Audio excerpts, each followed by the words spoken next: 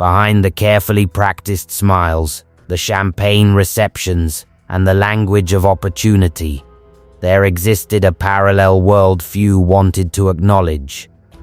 For decades, Jeffrey Epstein operated a system that fed on vulnerability, youth, and silence.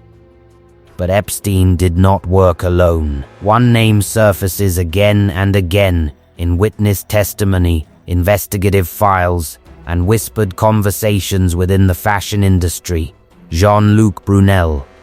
Brunel, a well-connected French modeling agent, cultivated the image of a charismatic talent scout. According to his own claims, he helped discover major figures in fashion, including Monica Bellucci.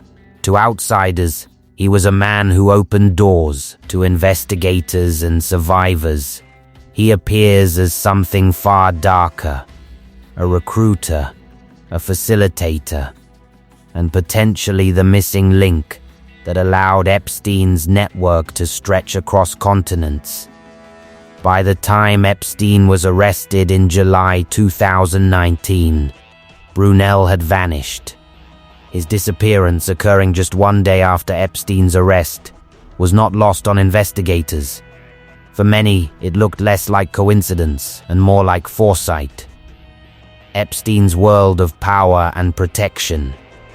When Epstein was arrested on July 6, 2019, stepping off his private jet in the United States, the charges were staggering: sex trafficking of minors, conspiracy, and abuse spanning years. He faced up to 45 years in prison. Yet photographs from his arrest revealed a man who appeared unafraid. That confidence was not accidental. Epstein had surrounded himself with wealth, influence, and proximity to power. He moved easily among politicians, financiers, royalty, and celebrities. Former US President Bill Clinton and businessman turned President Donald Trump both appeared in public footage with Epstein during earlier years, laughing and socializing. While no criminal charges were brought against them in this context, the optics mattered. Epstein's ability to exist near power helped insulate him from scrutiny. For years, he benefited from a system that repeatedly failed to intervene. Earlier investigations collapsed into plea deals. Warnings were ignored. Survivors were dismissed. And the abuse continued. The system, not the monster. One of the most damaging myths about Epstein is the idea of him as a solitary predator. Survivor testimony tells a different story. One of structure, delegation, and recruitment. At the center of this system stood Ghislaine Maxwell, Epstein's longtime partner. According to multiple witnesses, Maxwell's role was not peripheral. She acted as recruiter, groomer, and enforcer of compliance. Virginia Roberts, now known publicly as Virginia Giuffre, became the most prominent voice to expose the inner workings of the operation. Her account revealed a chilling process. Young girls were targeted for their vulnerability, promised money or career opportunities, and slowly coerced into abuse. Giuffre was just 15 years old when she encountered Epstein. Working as a waitress at Mar-a-Lago, she dreamed of becoming a model. Epstein offered her what seemed like a way out, a paid assistant position at his Palm Beach estate. Instead, it became the beginning of systematic exploitation, training, conditioning, and control. According to Giuffre, abuse was not spontaneous. It was taught. She described being placed under Maxwell's supervision almost immediately. The grooming process began with training, instructions on obedience, sexual acts, and emotional suppression. The language was clinical. The expectations were clear. Resistance was discouraged. When Epstein's Palm Beach home was later searched, investigators discovered hidden rooms connected to his bedroom. Showers, erotic wall art, massage tables. These spaces were not decorative. They were functional. They were designed.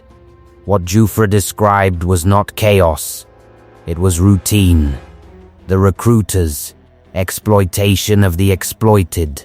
One of the most disturbing aspects of Epstein's network was how it turned victims into recruiters. Courtney Wild, who testified years later, said she was paid $200 for each girl she brought to Epstein. She claimed to have recruited around 75 girls, many between 14 and 16 years old. These were not professional traffickers. They were minors manipulated into believing recruitment was normal, harmless, or even beneficial. Jennifer Arauz, another survivor, described being raped violently at age 15.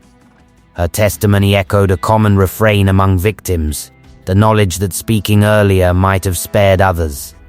The system depended on silence. It rewarded compliance. It punished resistance. Epstein's Black Book and global reach.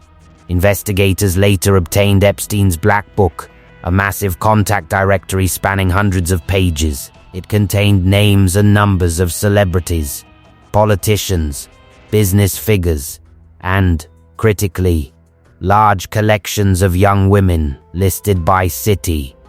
Epstein traveled frequently, and wherever he went, the system followed. The book included entries for cities across the United States, Florida, California, New Mexico, as well as Europe, England, Iceland, Paris. France in particular held special importance. Paris, the French connection. Epstein owned a luxury apartment at 22 Avenue Foch in Paris, over 2,000 square meters, valued at more than $8 million. He visited frequently. According to later complaints filed in France, abuse may have occurred there as well.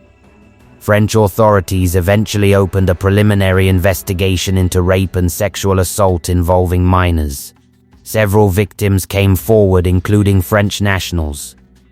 The focus increasingly turned to one man, Jean-Luc Brunel. He lived nearby in an affluent Paris neighborhood. He had known Epstein for more than 25 years. Jean-Luc Brunel and the modeling pipeline. Brunel was the head of the Carini modeling agency. According to multiple former models, the agency environment was coercive and abusive. Young women, often teenagers, were told their careers depended on compliance. Zoe Brock, a New Zealand model, said she was 17 when she joined Brunel's agency.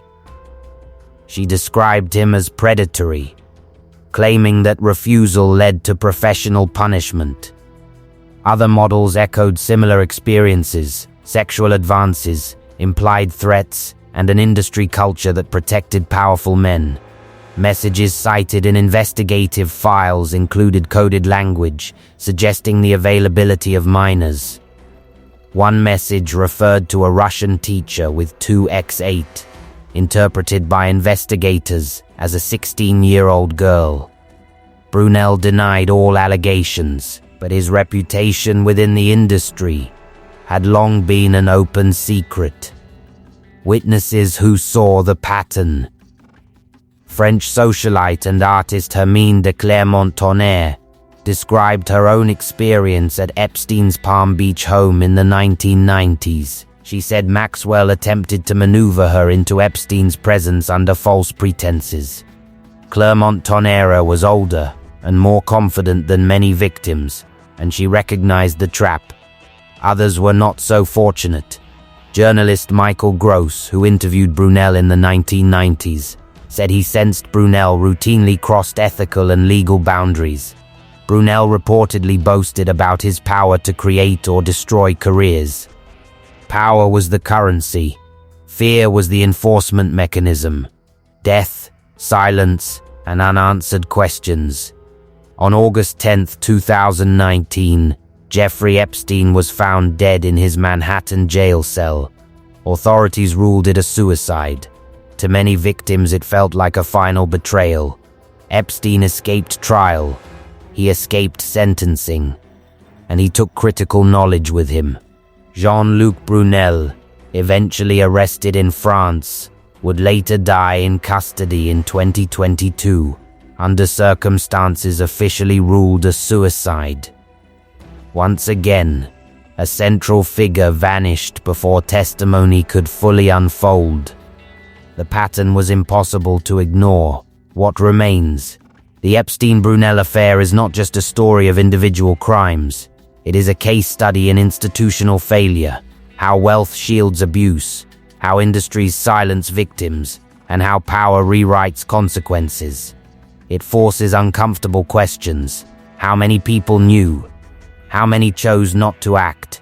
How many systems quietly enabled what they claimed to oppose? The survivors who spoke did not do so for attention or revenge. They spoke because silence had already cost too much. Justice, in this case, arrived incomplete. But truth did not disappear with Epstein or Brunel. It remains documented, testified, and remembered. And that matters, because forgetting is the final form of protection abusers rely on.